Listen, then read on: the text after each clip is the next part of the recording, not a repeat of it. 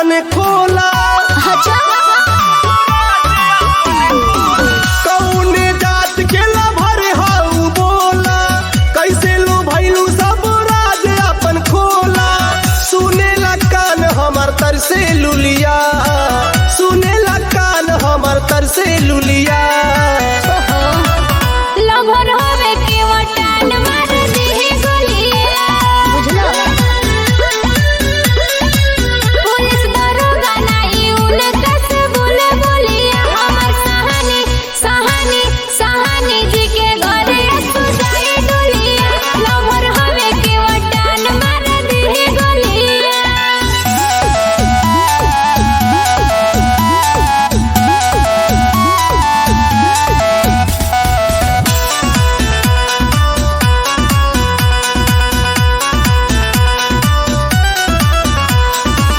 ऐसन का खास बात बाटे के उठान में, रहेलू गोरी तू हरदम शान में।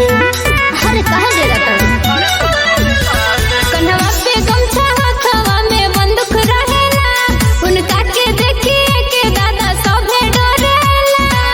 नोटिया से भर देई तोहर झोलिया, नोटिया से भर देई तोहर झोलिया।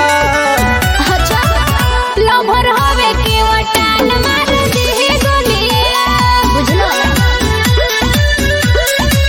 पुलिस दरोगा नाई उनका से बोले बोलिया। हमर सहानी सहानी सहानी जी के घरे सुजाए डोलिया।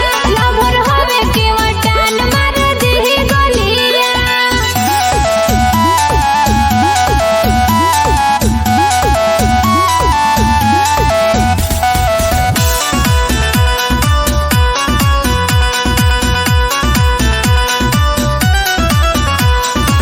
प्रकाश कहानी जामत भइले दीवाना, कबले तू करबू हो इनका के माना।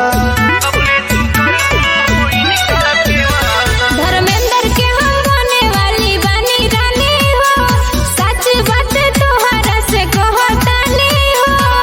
अरविंद निषाद खोली दी है चोलिया, मोहन संजय डीजे खोली दी है चोलिया।